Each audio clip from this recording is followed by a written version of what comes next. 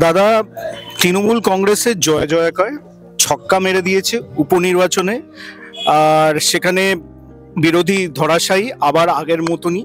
তো এই যে তৃণমূলের এই সুন্দরভাবে আবার নতুন করে জনসমর্থন পাওয়া, একটা সময় থাকে যেখানে তৃণমূলের সম্পর্কে অনেক কিছু মানুষের মধ্যে একটা ক্ষোভ সঞ্চার হয়, কিন্তু সেই ফিরে ফিরে আসে সেই তৃণমূল।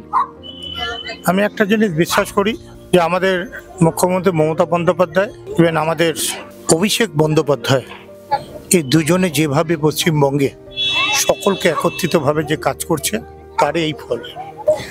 দাদা, দিদি সব জায়গায় দিদি, দিদি ছাড়া দ্বিতীয়ত কোনো মুখ দেখা যায় না। তুমি ভাইপো অর্থাৎ অভিষেক বন্দ্যোপাধ্যায়ের কথা বললে, কিন্তু এর সঙ্গে অভিষেক বন্দ্যোপাধ্যায়ও তো রয়েছে, তার কথা কেন আসে না?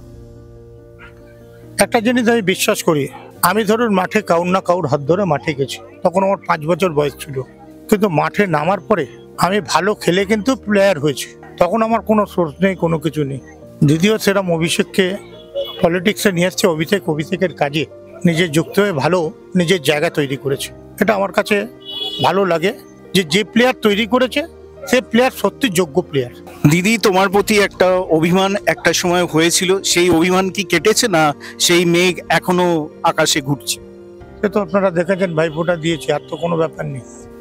আমার শেষ প্রশ্ন বাবুনদা তোমার কাছে, রাজ্য রাজনীতিতে তৃণমূল কংগ্রেসের উত্থান এবং তৃণমূল কংগ্রেস গত 2011 থেকে 2024 পর্যন্ত একই জায়গায় আছে এবং 2026-ও আরো ভালো ফল আশা করছে, তুমি কি বল?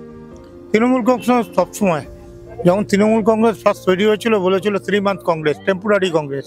এই তৃণমূল কংগ্রেসই আসল কংগ্রেস, তার প্রমাণ দেখিয়ে দিয়েছে পশ্চিমবঙ্গের প্রতিটা মানুষ তার ভোটের ব্যালটের মাধ্যমে।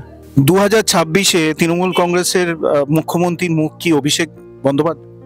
দেখুন, এই নিয়ে আমি এখন উচ্চবাচ্য করতে চাই না, এই কারণে, কারণ এটা শীর্ষস্থানীয় নেতারা আছেন, তারা আলোচনা করে এটা দেখবে।